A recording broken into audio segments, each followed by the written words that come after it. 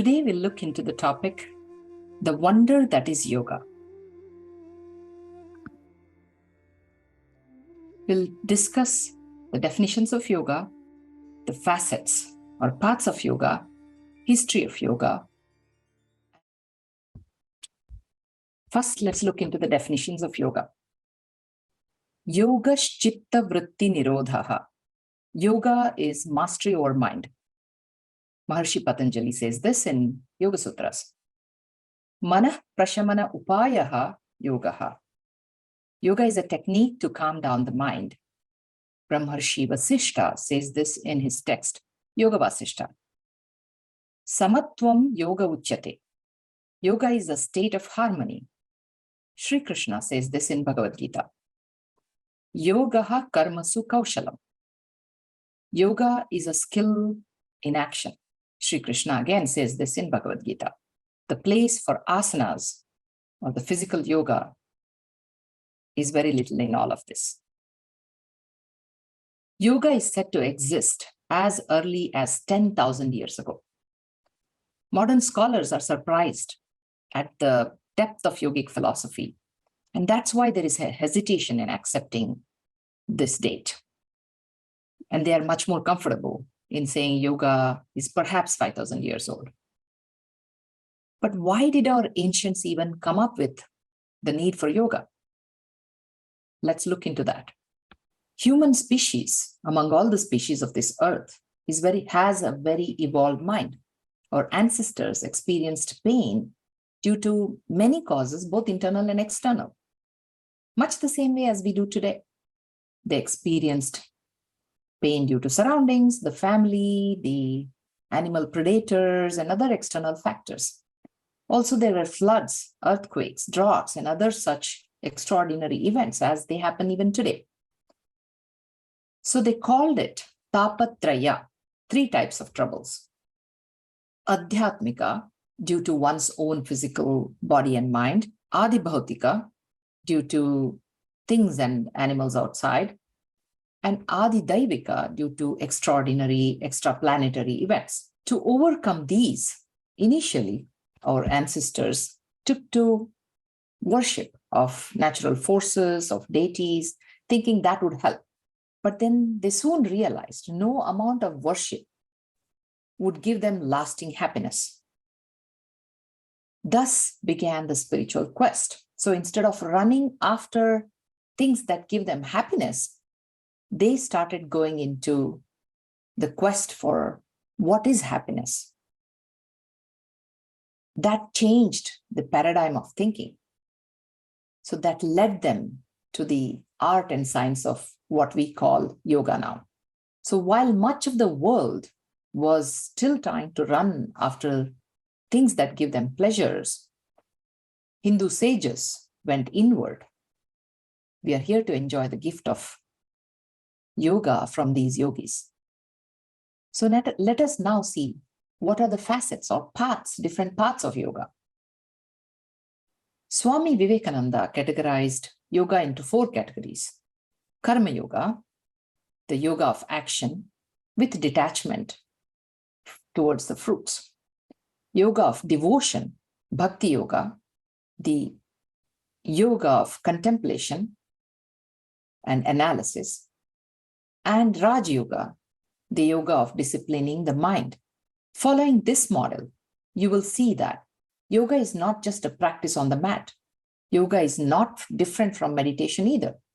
Yoga is a state of being one with the innermost self. Yoga is an art of living and the art of working, as Sri Krishna says in the Bhagavad Gita, Yogaha karmasu kaushalam. How can you work without feeling stressed? If we enjoy work for work's sake, then where is stress? That is called karma yoga. But how do we achieve that?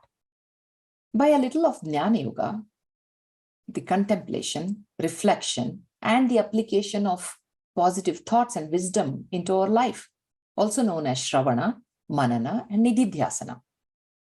When practiced, it takes us towards the highest wisdom and realization and lasting happiness. Next, the bhakti yoga. Bhakti Yoga, on the other hand, is a path which helps us towards spiritual growth, love, compassion, and acceptance of everything and everyone as it comes to our life are harnessed into this path. When we pick something that is never changing, we abide in that unchangeable truth, and our journey towards happiness is ensured. Finally, Raja Yoga. This is a well-known path that the world is trying to follow. Maharshi Patanjali defined Raja Yoga as Ashtanga Yoga, the eightfold path.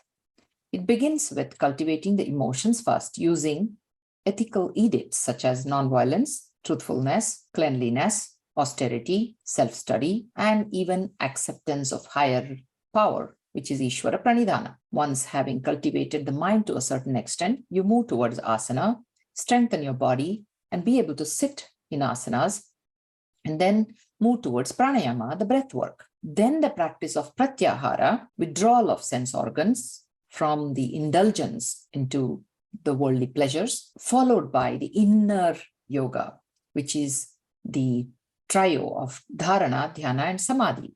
While dharana is a focus meditation for the beginners, taking an object for support, dhyana is the meditation without any such object. You are just there. So just being with oneself is dhyana, which eventually leads to the absorption, the highest state of samadhi. And yes, there are levels of samadhi also. And this is Raj Yoga. So you can see that Raj Yoga brings Ishvara Pranidhana, which is nothing but bhakti. And bhakti is not possible without the idea of Jnana Yoga, the yoga of contemplation, because just bhakti, just surrender, becomes a blind bhakti. And just jnana without bhakti can make you arrogant. So all of them complement each other and enrich each other. Karma Yoga, the yoga of action. If you miss that from the picture, all you are doing is only for the self, for the selfish reasons. And yoga cannot be achieved unless you have higher goal in mind. As Sri Krishna says, Loka sangrahamevapi sampashyan kartumarhasi. Only for the sake of the highest good, you are eligible to work. So they all are necessary to reach the final state of liberation. This is yoga. Now let us look into the history of yoga.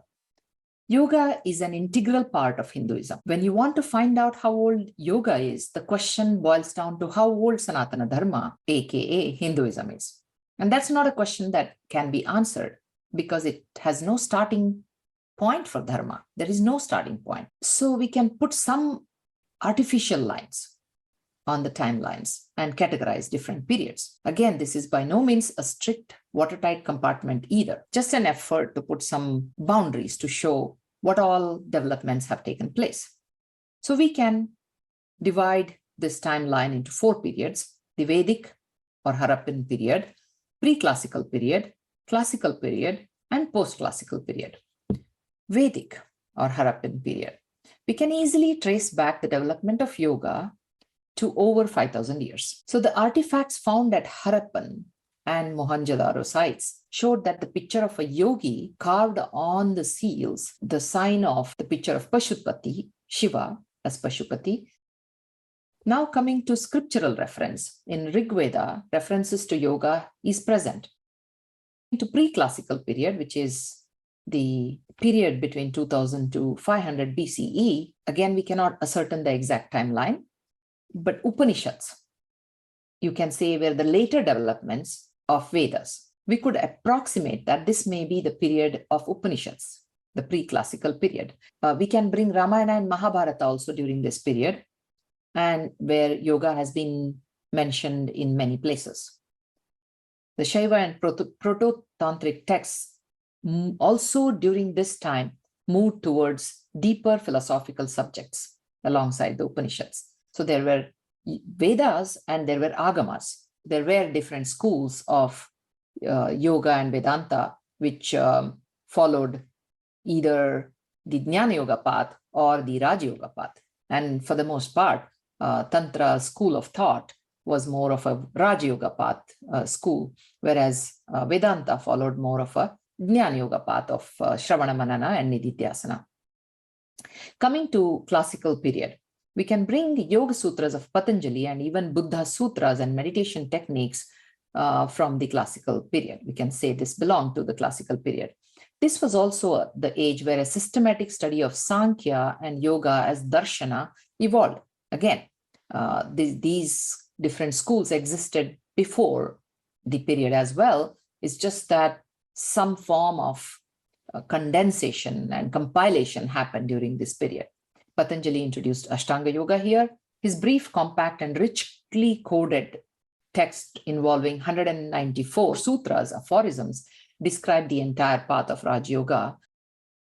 The post-classical period is where different schools of thought evolved further.